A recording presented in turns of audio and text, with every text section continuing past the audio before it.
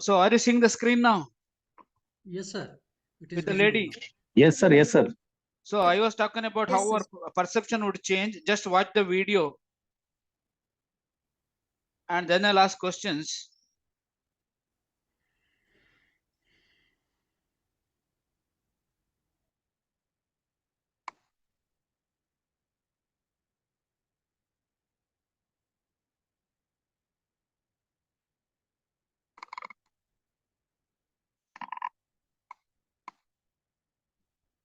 So the video is just for 30 seconds.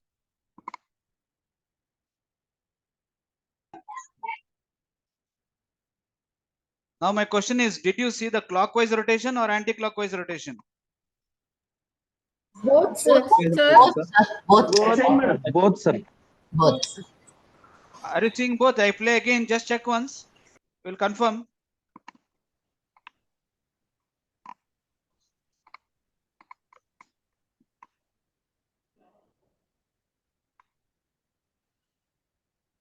I could see clockwise, sir. Watch it, Clockwise, sir. watch it, watch it.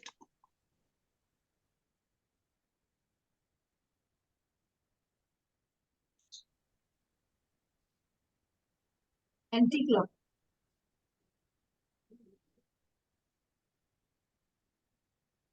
Fine, we'll not play more. Okay, now why that two things came? Some people said both sides. Some people said clockwise. Some people said anti-clockwise. Now remember, same thing can happen where our emotions dominate our what you call perceptions. So this was a video which was missing in the first session. So someone could make it. Now understand how do we perceive? Sometimes the image rotates left to right, and sometimes right to left, and sometimes within 30 seconds it changes its position both. But it all depends upon how do we perceive. So that's the idea to show that time. Okay, now we'll get back to what you call controlling our anger. So whenever we are angry, okay, so we have to react. So the way we react is referred as anger style. So either we act out, or we dump, or we bury. So what you mean by acting out here is, when we act out, we definitely show our reactions, which is overtly happening. Then that the second level, what we do is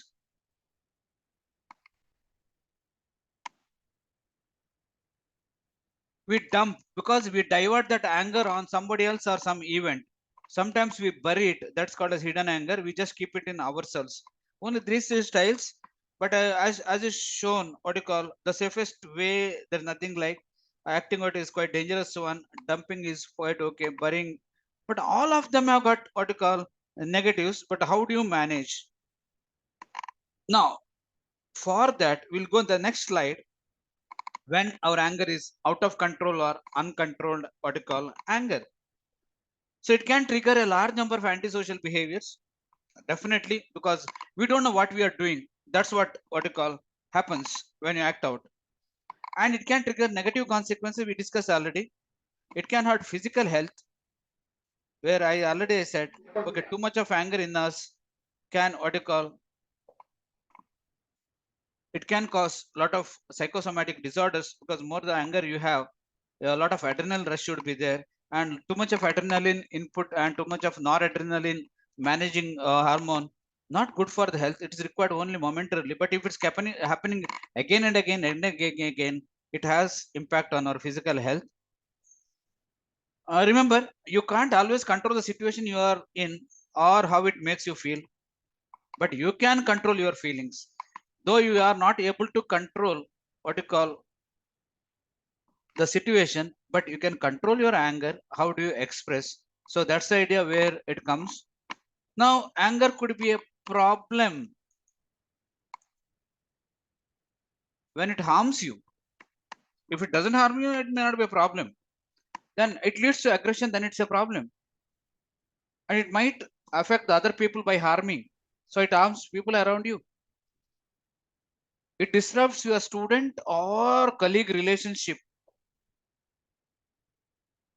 And it's a problem when it is happening again and again, becoming severe, and it goes for a longer time, not for a shorter duration. It's a problem.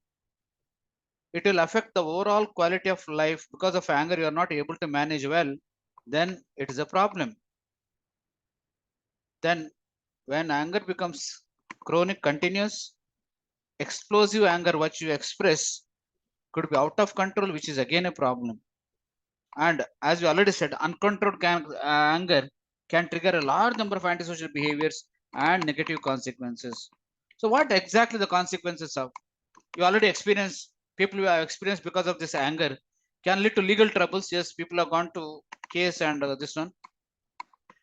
Had problems at school, home and community. Yes, because of too much of anger issues, the students may have complained, colleagues may have complained, your what you call partners at home may be very what you call angry with you because of your this one.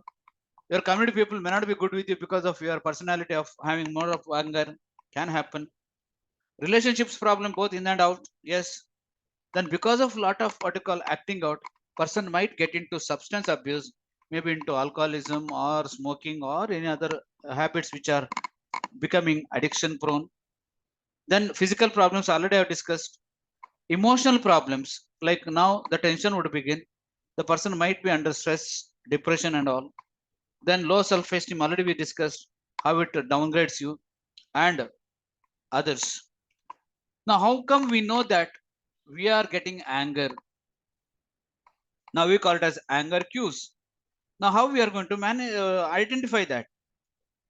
Because usually what happens whenever we get angry, our body sends the signals. That's a more important thing. Starting with the clenched fist, you put your what you call fist very clenched or tighten it up. There could be racing and pounding heartbeat because now that's the intention would come to attack or this one. Then a lot of sweat would be sweating and things would be there. Then voice will go high, it will go harsh, will become loud. It's a very typical. So when you get angry, all these things would happen, and your face will be blush and red, not for happiness, because of anger, and because of this, your stomach also will become upset. So these are the minimum indication that you are into what you call anger. Then what are the warning signs if you are in a workplace that will apply to you? You're not able to focus. That's the idea. Since that thing, anger thing is coming to your mind, you're not able to focus the kind of work you're doing, whether teaching, preparing notes, or managing the LCD or whatever it may be. Then in this article, in this condition, you might insult people for no reason. You might have heavy breathing. For no reason, the person will become argumentative. Person will staring all the time, pacing, or sometimes hidden anger, go quiet and shut down. Might throw things, which is very common decision. Make an angry face. Person become aggressive, use profanity also. Then crying is another problem. Then the moment it is there in the this one, you keep thinking about the problem or the individual, not about the solution. This is the problem. We think more about the problem or the individual, not thinking about the solution part of it. So having all this, how to deal with the anger? The first thing, as I said, cool off and stay calm. The more you are what you call getting patience, I know it is irritating you. The more it irritates, you also get what you call into nerves. You say, I'm getting into nerves means what? I'm getting angry. The more you stay calm, I think it's much better. Walk away, as we said, okay, don't be in that place. Then count to 10. No, I don't say count to 10, count to 100 and start reverse counting. Because at that moment, if you get out of that emotion, I think most of the issues can be resolved. Then take a deep breath. But we do different way. We don't want to take breathe because a deep breathing gives you a lot of relaxation. Not that what you call fast breathing, a deep relaxed breathing. Deep inhale and deep exhale will give a lot of relaxation even during anger condition. And self-talk. What is self-talk? I can handle this. I can handle this. It is not as bad as it seems. Then close your eyes. The moment you close your think that the situation is not going to be worse, you can still manage the situation. And you have to practice this. It will not happen on day one. The more you practice this, definitely your anger will come down. But not so easy, because when it goes beyond control, when the action is done, then all these are no use. Then at the second level, give yourself some time to sort things out. This is more important, because this is where people have gone, what you call, they don't give themselves time to think. They just get into action without even thinking what happens. So think. So you can write down the entire problem, or you can scribble down what is happening. And three things are important: what really happened, why I was triggered, and what were my cues. The moment you start thinking about what really happened, whether the problem is with you or the problem with the other person, then how it was triggered, whether I triggered or other person or the situation triggered, what were my cues, how I was getting it. Sometimes you are not responsible, the opposite person is not responsible, third person is responsible, but who is not in the scene at all. But you are unnecessarily fighting. You are unnecessarily getting angry. So the trigger may come from others. Now you are making other person unnecessary victim, because third person is involved, but you are not involved directly. The person with you is not involved. Third person has interfered in the business, and that is why the trigger has come. But you are unnecessarily blasting the other person. Then can you talk with someone that what is happening to you? A good friend, where you can discuss these things, why it is happening. A good friend can give always a good suggestion. A bad friend can give at least unwanted suggestions, which again you might be in deep trouble. And we say, look at the situation from a different viewpoint. Don't be inside the problem. The moment you are inside the problem, the solution is not so easy. Last time we checked with this, what you call, 9 dot problem. The more you inside the problem, the answer will never come out. Come out of the problem and see how others view it. The things would be much easier. So look at situation from different viewpoint, not from your viewpoint. I think the anger might reduce. Then the next part is turn your anger energy into a change for the better. That's why you see, at least in movies and all, when the person get angry, they run, they hit what you call that, what you call boxers. This one, why they do it? Because that anger is channeled into physical activity. Try to solve the problem rather than what you call thinking over it about the problem or about the person. Think of the strategies to solve the problem. So this is where it is required. Then sometimes you have to accept the situations, because you cannot change the situation. You have to accept it. The more you reject the situation, your anger is not still out.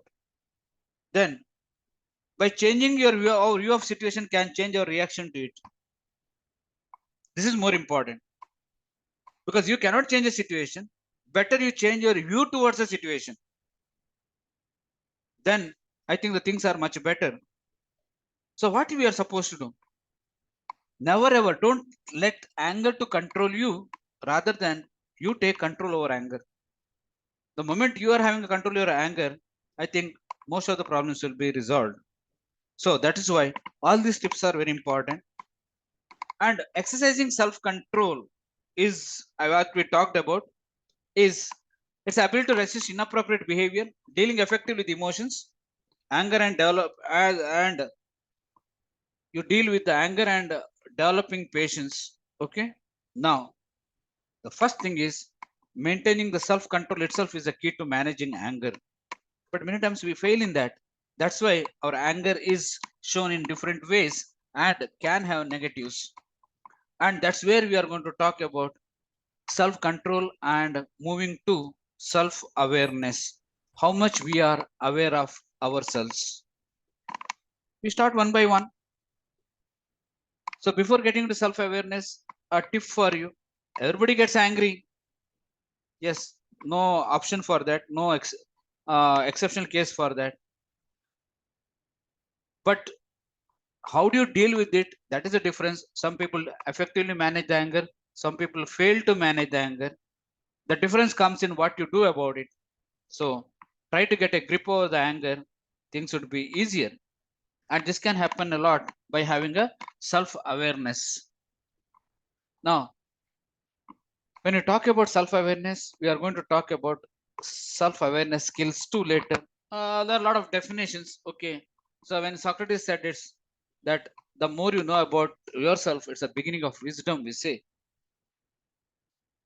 Then that means what? The more we understand ourselves, more we are becoming simple.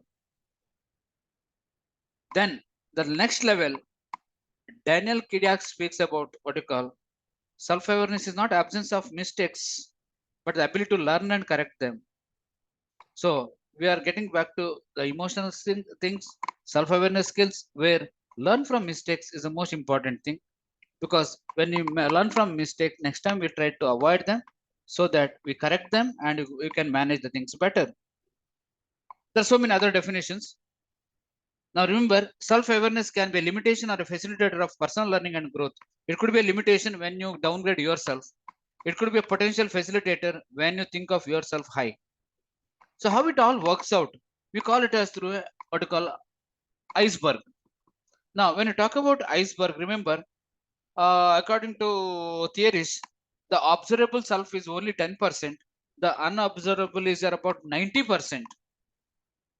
Now, what is that observable self-awareness?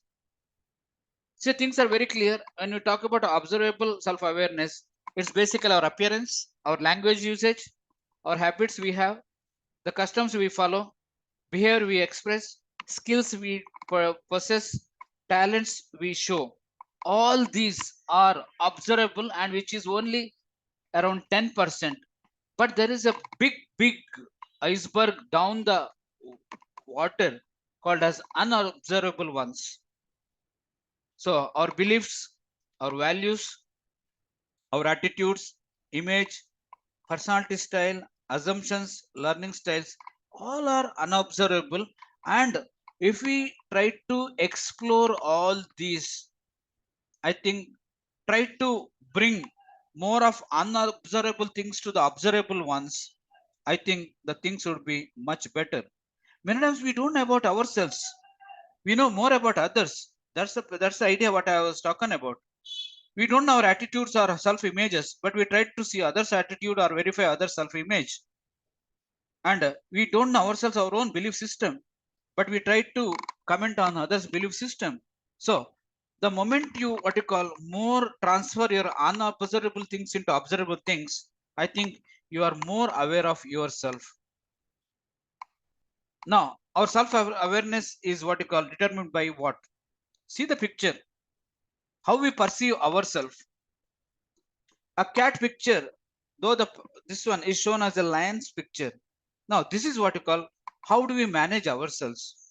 So our attitudes matter a lot in our self-awareness because it's an opinion from our side. Our feelings expressed through emotions, yes. Our motives for a purpose, our desires for a needs, all these are what you call determine our self-awareness. Our strengths and weaknesses, the more you know about it, it's good, which leads to accurate self-assessment. Now, this is why there should not be any discrepancy in the mirror image. The mirror image and what is the real image should be the same. Then only what you call there will be accurate self-assessment. Sometimes we underestimate ourselves.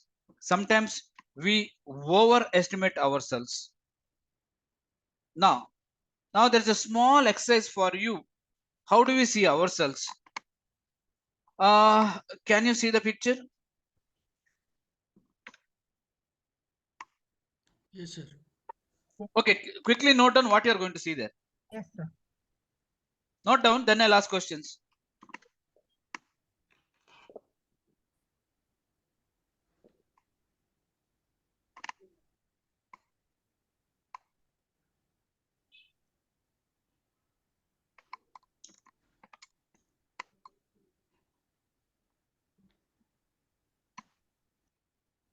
By the distance, we can see that it's a frog. Fine, Sir, sir. it's a frog and also face of a horse. Madam, I go by all your opinions. Okay, any more opinions? The frog is trying to jump, sir. Fine, okay. Yeah, it's a face of a horse. It's a face of horse. Somebody selling frog. Okay, Both we can see, sir. It looks like chameleon also, sir. fine, okay. I'll go by your opinion. They later will discuss. Any more opinions? Because depending upon what you see now, the explanation comes later. Rekha madam. Sir, I'm able to see horse, Okay, horse you are seeing, fine. yeah, Horse, frog, sir. frog, Ah. and maybe the mirror image of the horse while it is drinking water or something like that. I'm able to see. Okay, Tripathi sir, anything you are seeing special?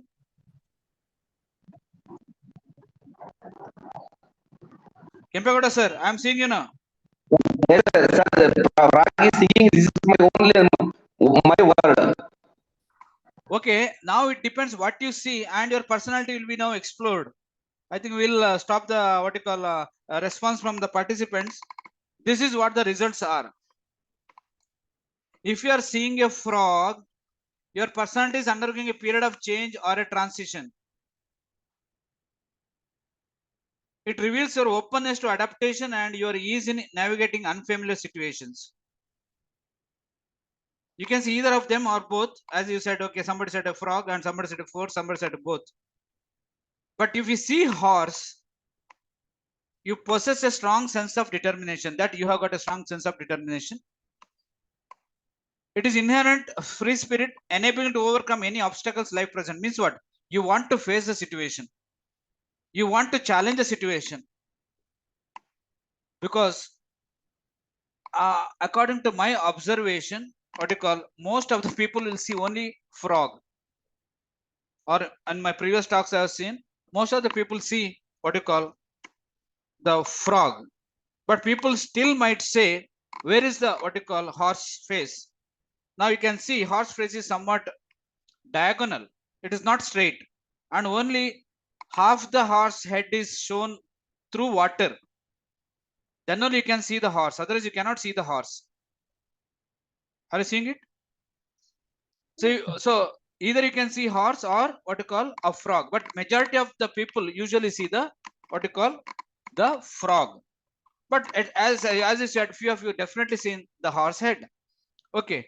Now your ability to observe even the minute details, that's what important, because you observed very in a minute level, then it made you to what you call more what you call critically look into the picture, which shows that freedom, determination, and endurance.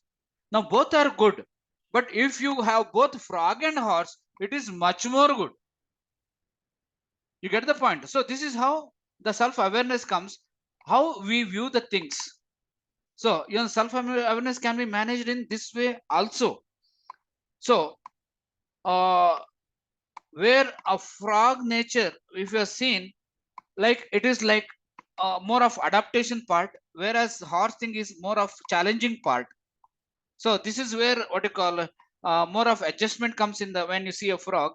But when you see a horse, more of challenges and exploration as well as determination would come. So that's the difference, the way you see the things. If you see both, it's really good. Okay, but at least one of the things you ought to see. Now, what are the key areas of self-awareness? One is our personality itself is a trait. Then our values we attach, our habits and emotions, and psychological needs, they determine our self-awareness. We start by one, what you call Johari window. I think few of you know about this. Johari window gives a lot of idea about self-awareness, because it contains 4 blocks. One is open block, one is hidden block, and there's a blind block, and the unknown block. Now the open block is what you call known to myself and known to others is open. That's why it is in a green or what is the specific color. Then sometimes we don't know about ourselves, but it is known to others. So that's called as blind one, which is known to others, but we don't know. It can happen. Then which is not known to others, but I know, that is hidden. This is my own part. I know, but others don't know about it. But the last part, which is in black, which is unknown, none of us know or other people know. So now the idea is, remember all these 4 blocks which we follow is somewhat what you call more what you call this one, according to you, which block should be extended and which block should be reduced so that the self-awareness could be more, whether it's open, blind, hidden, or unknown. Unknown. Unknown has to be increased or decreased, madam. Has to be decreased. Unknown has to be decreased. Okay, which one to be increased then? Open one, sir. Open. Huh? No, hidden has to be increased. Now, you see, in open, known to me and known to others. Both, Yeah. both I know and others know. That's a self. Sir, the In hidden has to be increased. sir. Hidden, I know, but others don't know. I may have some weaknesses. I only know, but others don't know. That's example. Sometimes I don't know, but my other things are known to others, but not to the me. That's a blind. Unknown, neither I know nor others know about it.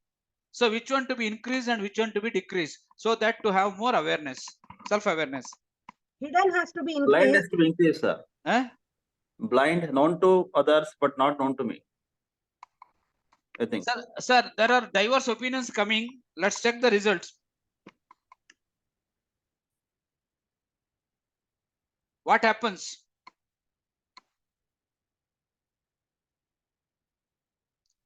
By minimum openness, the personality will be ineffective, because what is going to happen is the dark side will increase.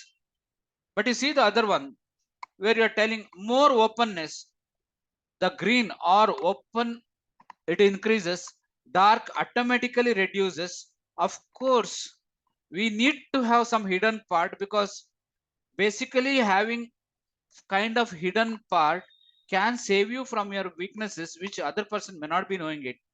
At the same time, sometimes not knowing things also, not what you call by yourself of your own things, can save some of the things.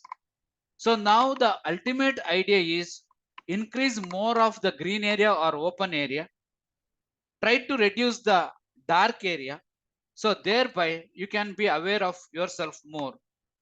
Both blind and hidden are required to some extent, not totally for everything, but they are required for some extent, not full.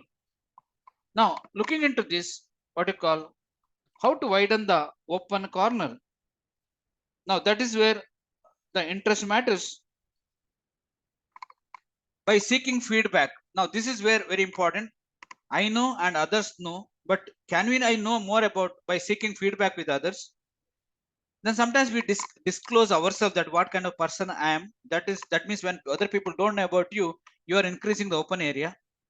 And by practicing new behavior, so that others also now come to know that, okay, your behavior is changed. Now that also might increase the openness.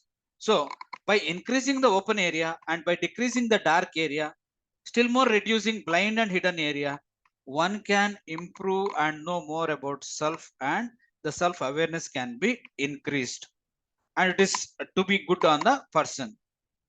So already we talked about this, how to create self-awareness. So it is seeking feedback from others basically, because many times we don't know what we are. We have to get the feedback.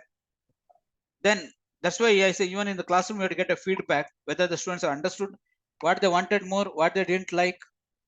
They are giving their awareness to you that this you have to change. Then reflecting on one's feelings and behaviors. The moment we get a feeling, can you reflect on that? Why I get feeling? And moment I what to call, show a behavior, why I'm showing that behavior, expressing that behavior, have more reflections, the self-awareness would increase. Then sometimes in psychology, we have got a lot of tests to know about our own self.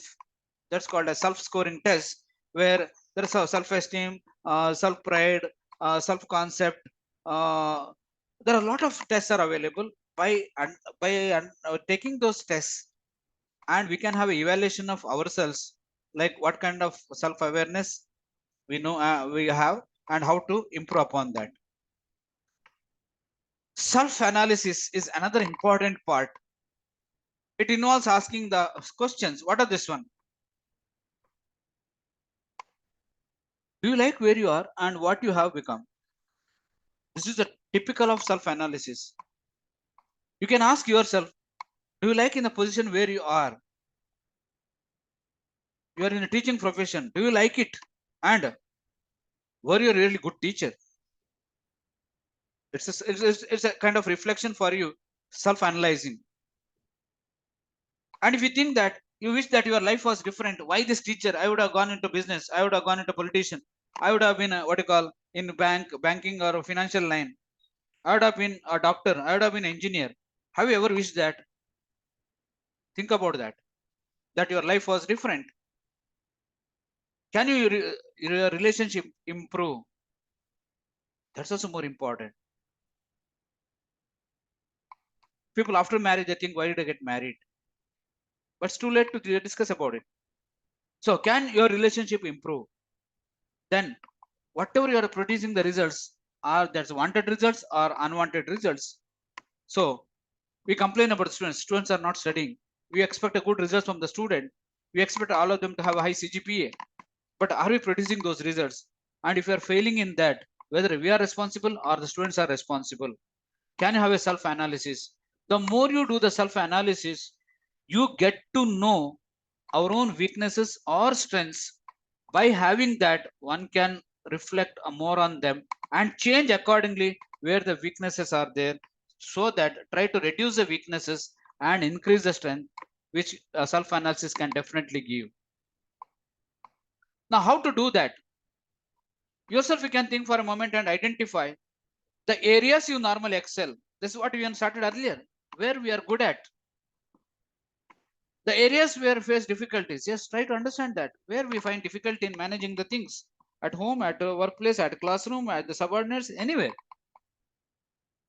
And whom you don't like, people, events, things, and whom you don't like as well as whom do you like. What kind of people and the people who bring you happiness and sadness? Can you make a study of them? How much, though, before we complain others, how much we are open and honest, and the extent of openness and nature we have with others, so that we can share the feelings openly. The more you're getting into yourself, I think your self-analysis would be better, which brings a better reflection of the self-awareness. Then comes the self-esteem, where we talked a little more about it, where how much I value myself. It's called as a value attachment to myself. It's a feeling I have about my self-concept, is good or bad. It's a subjective appraisal of myself, whether I'm positive or negative to some degree. Some people might think that I'm an extrovert and I feel proud about it. Some people might think opposite. I perceive I'm an extrovert and I feel proud of it. Anything can happen. That means what? You are evaluating yourself, and the evaluating yourself can lead to what you call high self-esteem or low self-esteem. But please, my request is don't have a false self-esteem, because the false self-esteem spoils the things. Either you may have high self-esteem or low self-esteem. Other enough ways to increase low self-esteem to high self-esteem. But false esteem is either way, though you have low self-esteem, in reality you think that you have got high self-esteem. And sometimes what happens, person may have self-esteem but still may downgrade themselves to low self-esteem. Both are dangerous. So don't have a false self-esteem, have high self-esteem, that's better. And how it is based? How much we value ourselves. Some teachers, they think that they're the great teachers. Are they really great? Are they really the one other people don't know about it? The job which we do, I'm happy about my job. I'm proud about my job. Are you happy? Are you not happy? Your achievements, not just what you call a promotion. Your achievements in the sense of how much you are in your subject, you have what you call showcased yourself to others. When it comes to subject, two things are important: teaching and research. Both takes equal part according to the even in NEP or any SAP. They focus more on teaching as well as what you call research. You may be very good in what you call teaching, but what about your research part? You may be good in research. What about your teaching part? So what is your H index? How much citations you have? Now all this contributes to your achievements. Then another important thing which we usually forget, like how you think others see you? Have you really questioned about it? What others think about me? Question yourself. And whatever the thinking is positive or negative, the moment you start thinking and if the person thinks negative about you, that calls for more reflection why the person is talking to you or thinking about you negative. Then what is the purpose in life? Just to earn some money, just to finish the syllabus and go, or something more? What's your place in the world? Are you a satisfied person or a successful person? Two important things in life. Which is better, a successful life or a satisfied life? Answers, please. Successful life. Which is important, a successful life or a satisfied life? Satisfied life, sir. I'll invite more responses, no problem. Satisfied life. Successful life, sir. Satisfied life, sir. Huh? Otherwise, both, sir. Satisfied. No, I want to one answer. No. No, sir. According to me, it's a satisfied life. Satisfied life. Satisfied. Now you have to give the answer because I find more of satisfaction than the success. Satisfaction life, sir. Huh? Satisfaction, sir. Successful leads to satisfaction, sir. Huh? Successful life leads to satisfaction. Jayakumar sir, need not be. Yeah. Huh? Yeah, right. Yeah, but I want to know why satisfaction is what you call better than what you call success. Sir, we all want satisfied life, but we always work for a successful life. But according to me, if we are having success, if we don't have any satisfaction on our success, it doesn't mean any value on that success, sir. Sir, let's not get more deep into the things on a philosophical line. I'm talking about what makes you what you call when what you call the end of the day, whether it's a success or a satisfaction. Obviously, satisfaction, sir. Satisfaction, sir. Huh? Satisfaction. संतुष्टि रहेगी sir तो सफलता जरूर मिलेगी. Whatever. So that is what I'm telling. The purpose when it comes, are we there for success or are we there for satisfaction? Why I'm telling, because people may be highly successful in their what you call profession, but they may be a total failure when it comes to their family life. That has happened. That is why our best example is our great scientists. Most of the scientists never had a satisfied life because they could achieve a lot. And again, don't take anything personal. Most of the successful persons were never married. I don't know how many of you know about this, because they spent more for success rather than satisfaction. And there could be some what you call exceptional cases. So the purpose in life matters a lot. But if somebody said both are important, yes. If success goes along with the satisfaction, I think that is the best. Now, our place in the world is where do we stand as important? Our potential for success. Nowadays, we have got n number of things, n number of potentials for our success. Yes. And what is our attitude towards our strengths and weaknesses? Do we have more strengths and less weaknesses? Or other way, do we have more weakness and less strengths? The moment you start understanding this, automatically the reflection begins, and try to reduce the weakness and try to increase the strengths. Definitely your self-esteem will go high. And another important thing is social status and how we relate to others also important.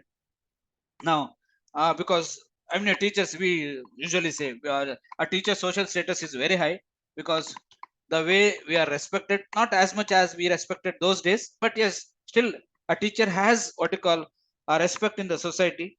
Even a police will respect you when you say what you call you are a teacher. Even if you're caught in a traffic, they'll try to help you out, because the moment you say you are a teacher, they too have a respect for you on a simple level. Then can you stand your own what you call when the crisis comes, or can you take independent decisions?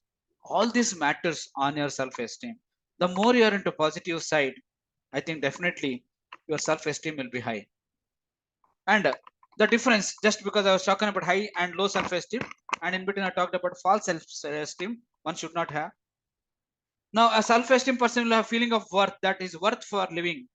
low self-esteem person might think he is helpless, just here to do a job. A person what you call with high self-esteem will be happy and good, where the person with the low self-esteem will have lack of motivation. He is not interested in anything, just want to do a job. A person with the high self-esteem is confident, whereas the other side is depressed.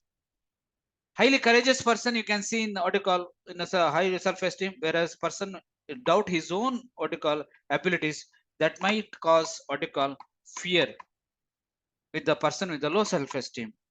A person is high self-esteem, his nature results in motivation and drive to excel, always to do something so that to excel. Whereas a person with the low self-esteem, he might think whatever he does is meaningless. So think of that, where do you fall? And if you are on the lower side, few of the aspects, try to switch out or the left side or the from the right side to left side so that you develop a high self-esteem. Now, how that article happens? Through various steps of self-esteem. Now, the first key is self-identity. Because when you talk about the self-identity, we talk about the inner self, which we know most of the times, and the qualities we have. That's the first thing. So the moment you start identifying yourself, what are your inner self? Because sometimes our personalities would differ. Because we talked about in the last 3 days back in the class, we spoke about the mask which we wear. I'm talking about that. Can we match the inner self with the outer self? Not so an easy job. Now, the moment you start identifying, then it becomes a self-identity. Then how much we appreciate ourselves? Are we appreciate ourselves? Or are we just what you call discourage ourselves? The moment we start appreciating ourselves, self-appreciation, we get that what you call esteem high. Self-worth, not in terms of finance, in terms of our knowledge as a teacher, the way we disseminate the knowledge to the students, and when the students acknowledge that how things are working and how your classes are good, that is a self-worth which are increasing. Self-respect. So that's why we say, when I talk about self-respect, usually I say even my talks and to my students, when your what you call values are not respected by others, when other people do not have concern over you, when your what you call things are not stood by others, I think there is no self-respect for you, and very next moment you should get out of it. You should not be there in a place where there is no concern for you, where your words are not carry as much weightage, and where the people are rejecting you. That means you don't have a self-respect. So better you get out of it. So increase your self-respect where you are being valued more. Then next important part is self-acceptance. This is little difficult because many times what happens is we don't want to accept ourselves, especially our weaknesses. Because this is something where we talk about accepting our weakness is not an easy job. But the moment you accept your weakness, I think automatically you are better, so that you can try to repair it or try to improve upon it. The moment you don't accept the weakness, you still thrive on it. So accept yourself what you are. Then self-belief, that means indirectly I'm talking about the self-confidence, that can you do this? Can I do this job?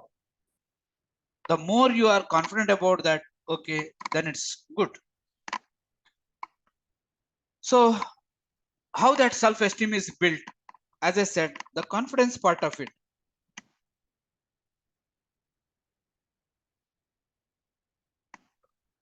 So the idea here is the way our confidence matters in worth or abilities or the self-respect. See the down picture, the things are very clear how the confidence building leads to the achievement part of it. Because the way we see things and see about ourselves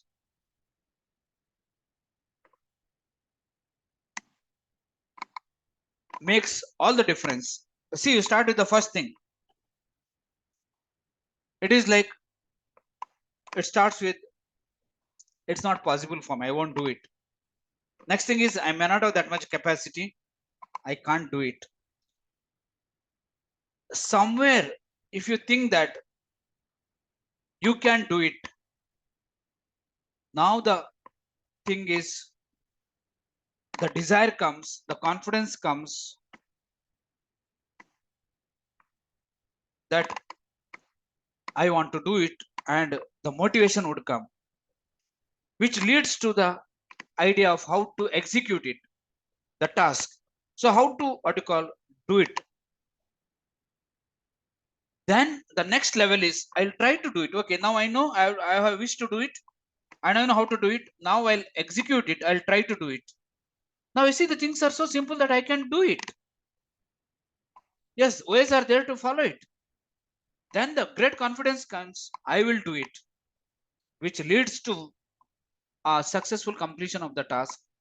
That's called as, yes, I did it.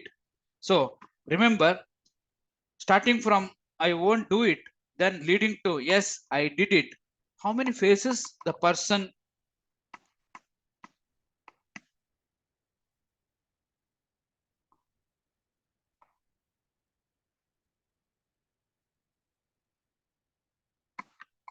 from I won't do it to I did it.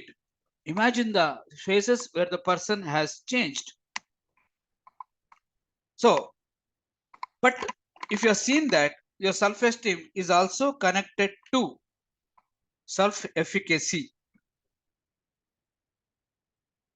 Another important part in a workplace called as self-efficacy, where one of the important, where Bandura has talked about a lot of things about self-efficacy, one of the pioneer,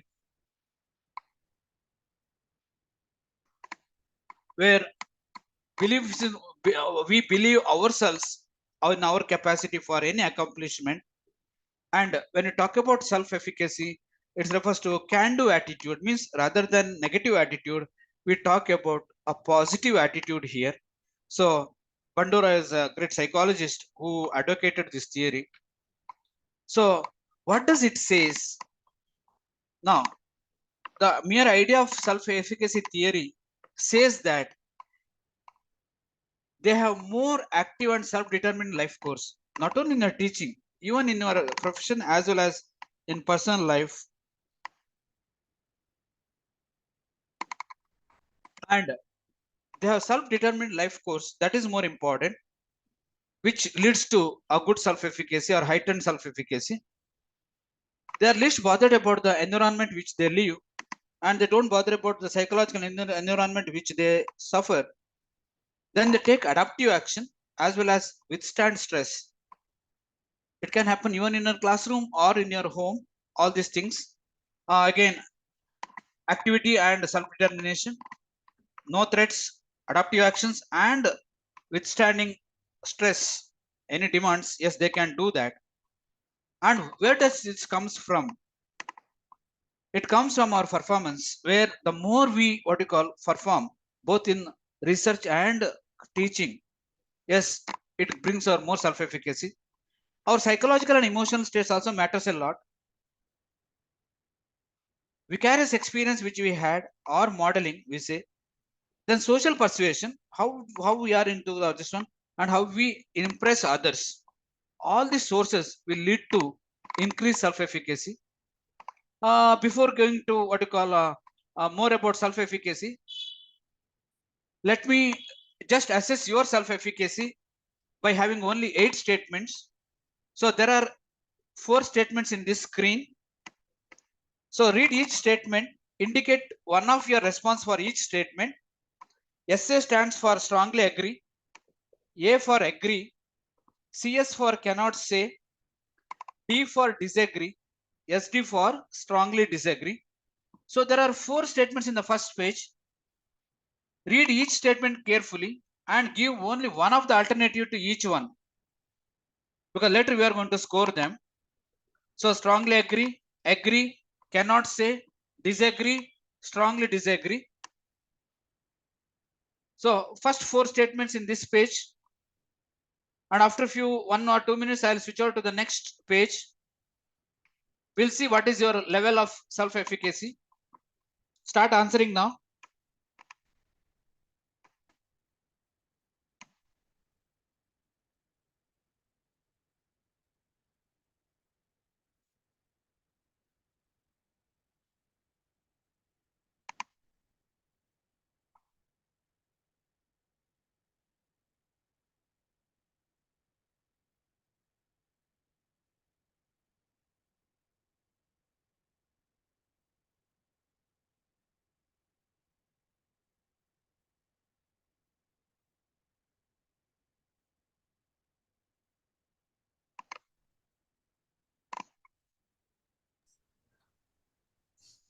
Sir, Lancy sir. Yes. Yes. Sir, stop ಮಾಡಿದ್ದೀರಾ? Stop ಆಗಿದೆ. ಇಲ್ಲ ಅವ್ರಿಗೆ answer ಮಾಡಕ್ ಕೊಟ್ಟಿದ್ದೀನಿ. Okay, sir. Thank you. Strongly agree, sir. No, you madam, for all the 4 you have to write. Again 4 questions are there. For each question I need the answer. You make your answer and note it down, madam. Later we are going to score them. Okay. Yes, sir. We have for these first 4 questions, I have noted, sir. All of you have finished? Yes, sir. I can go to the next page. Yes, sir. Okay, I'll move to the next page. Just look into that. It's done. Done, sir. Go fast because I just moved it. Can you read all the 4 sentences and just write? Done, sir. Yes, sir. Read each sentence carefully and give one of the options. Strongly agree, can't say, disagree, strongly disagree.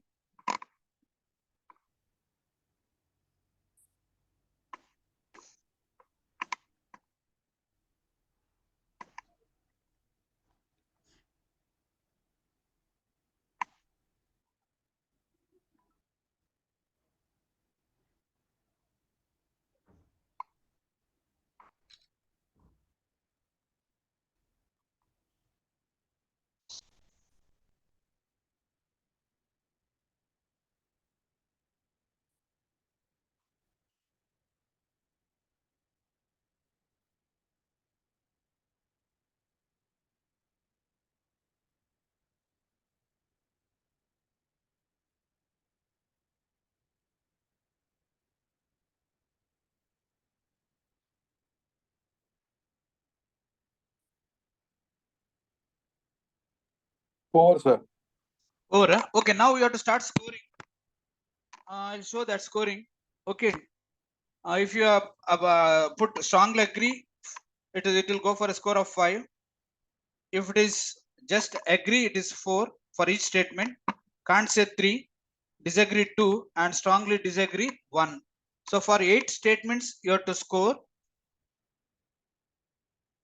So your maximum score could be what you call 40 and minimum could be 8 scores. So just score them for all the 8 statements. Sir, my score has come to 32, sir. We'll wait, madam. We'll wait. We'll let others also score because already I've given the description.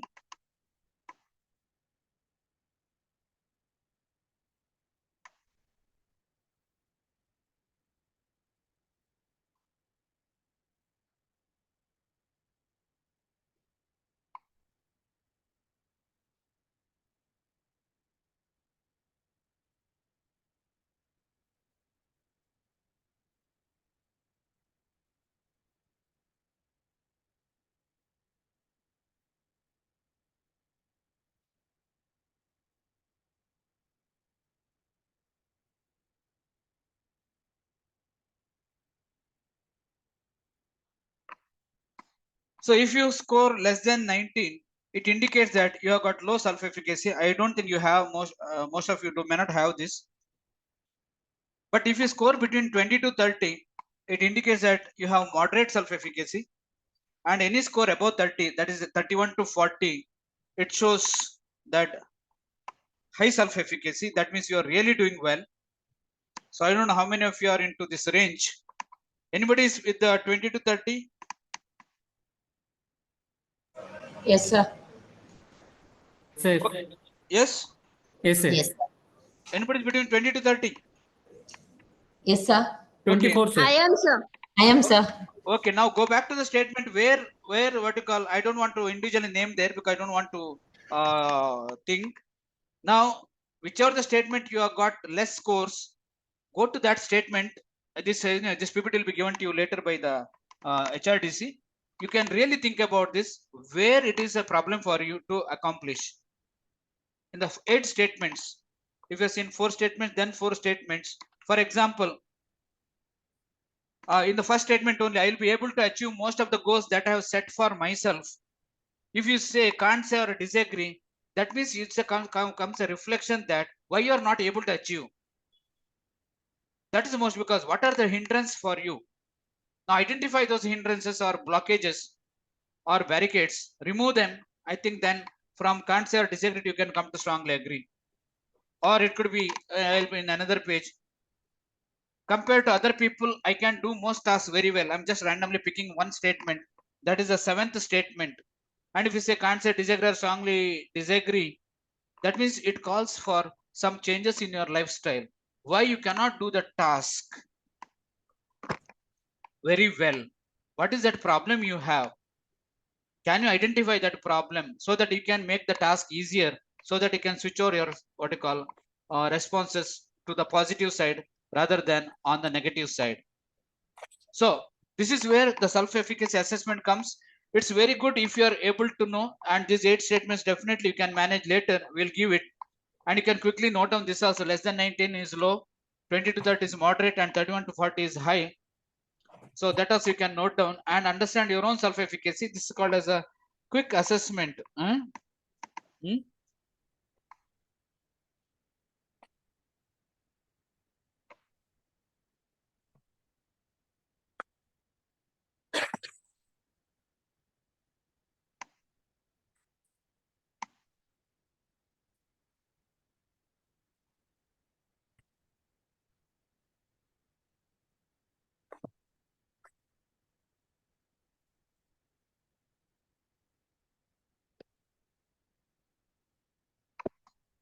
So we'll proceed further.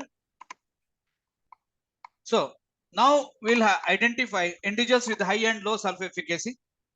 So those who are having high, because if you think that what you call, if you had low scores, the reasons could be one of these reasons. I what you call ascribe what you call all the reasons for low self-efficacy. But look at the slide which is with the characteristics of people with the high self-efficacy. So one thing is they are very active, they are courageous, yes, they take a risk, they are competent. That means they will have enough skill sets, and they possess high self-esteem, and they mingle easily with the others, and they have got high social integration, so that they can get the work done easily, so that even they have a capacity to decentralize the work and get the job done. So that's why when it comes to task, they can accomplish the task, and they have got high motivation. This motivation is also inner drive, which makes a person into action. So the inner drive is very high to how to call perform better. Then they don't be discouraged at the initial failures. So they'll wait for the success. Then they do have higher goals. Then they ultimately end up with the great results. That is more important. So because of this, because of their confidence in them, they end up in higher goals, and they end up in what you call great results, positive one. But whereas think of the people who are with the low self-efficacy. Instead of active, they are inactive. In fact, of courageous, they are fearful about the possible happenings. Then they're inefficient. That means they lack skill sets. They think that They have low, this one, low self-esteem, indicative by inferiority and insecurity. More of pessimism that future is not good for them. Then motivation is less. They don't even put their efforts, and they don't even wait for the results. Goals are limited. Automatically, the results are not as on the expected line. So think of that based on our previous questionnaire, where exactly you fall into these two things, and can you think of where are those characteristics which are there under low self-efficacy, and if you have them, can you improve upon it so that you can put it on the left side? So that's the idea with the what you call with the characteristics of individuals with the low and high self-efficacy. We'll be discussing more with the what you call role part. Okay, a few slides on that, because I said we get time, we'll definitely work on them. Another few minutes are there, so we start what you call working on the role aspect as a teacher.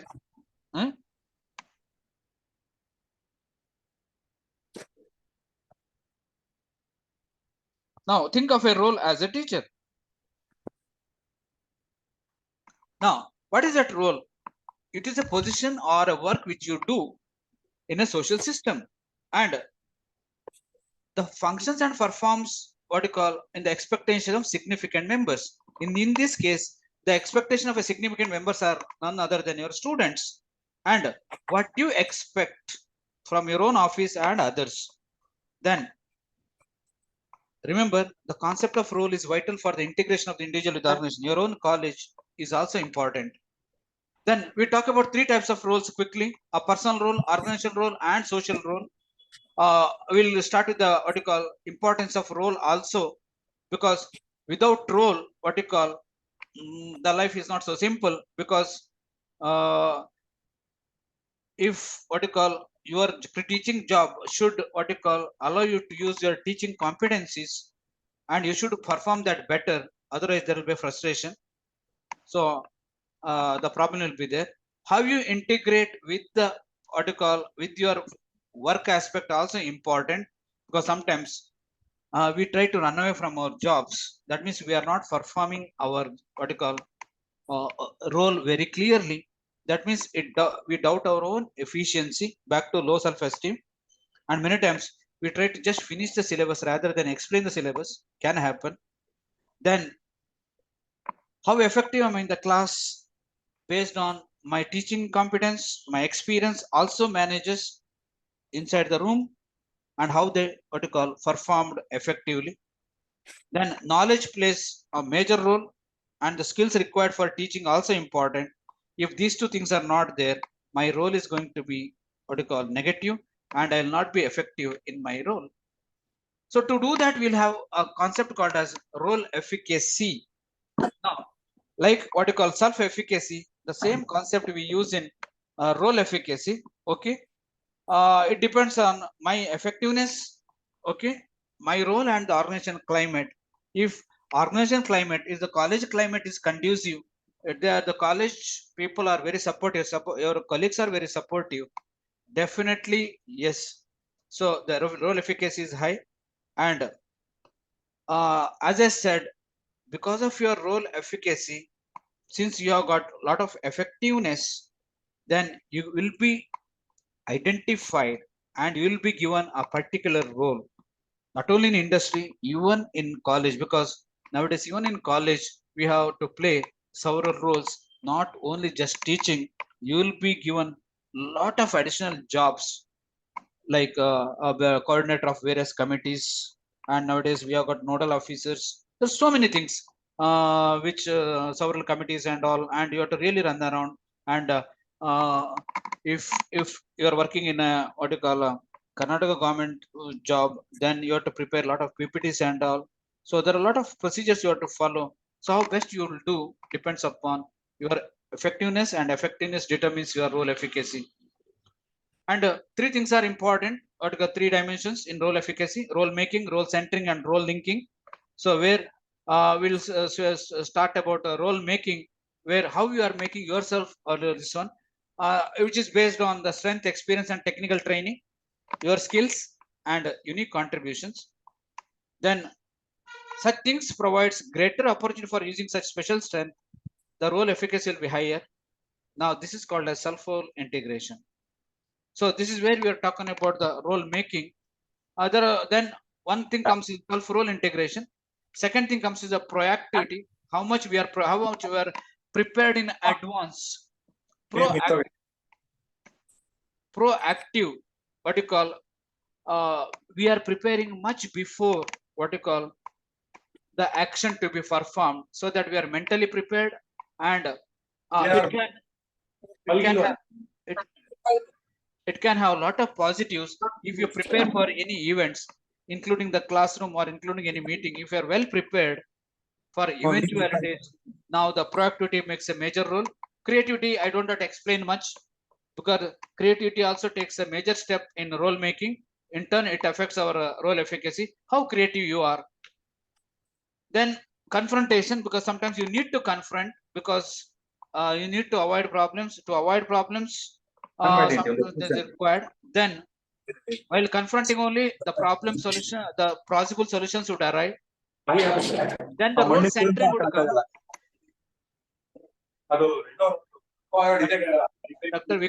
Dr. Vikram, can you mute? Then the role centering would come, where how we are, what you call, we occupies is a central to, are we really important? Now, when the organization thinks that we are really important, then our role efficacy is very high. Okay. But if people feel that the roles are not peripheral, they're not important, their effectiveness will be low. This is very common in even teaching. If you are identified as a good teacher, both by the department as well as the management as well as the students, I think your role centering is very high, because you are very important there. But the moment if you feel you are not there, I think the efficacy will come down. Likewise, what kind of influence a person has, and the personal growth also contributes. And the last one is role linking, where how we link, because that's what, as I said in the beginning, it's not just talking about just a teaching part. You have to link with the research, you have to link with the other activities of the college or the department, so that you'll be not doing a single task, you'll be involved in multitasking. So now when with the multitasking, and if you're successful, I think your role efficacy will be high. But remember, whatever it there, it depends upon team working skills, because you may be having high aspirations and high motivations, but since if you are working in a team, now team motivations are important. Some people are there to put you down. There are people.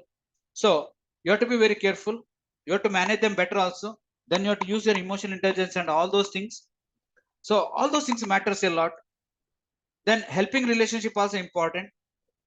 Then when you talk about helping relationship, like two ways it is there. Either you get maximum help from others, or you try to help others, where helping relationship. And if you get more from others, that means what? Your role efficacy is high. Then superordination is another factor, okay, where it goes beyond the system or beyond the organization. Okay. So because you think that on outside also you are being a important person or value addition to a group, you are being considered not only in the college, even outside. That's why you have been called for so many lectures, and even some activities you have been called, that calls value addition for you. That means your role efficacy is high. So all this matters a lot as a teaching profession. And with this, I'm going to stop the talk, because we're left with very few minutes. So if there are any doubts or clarifications, we have got another 2-3 minutes. You can just quickly clarify.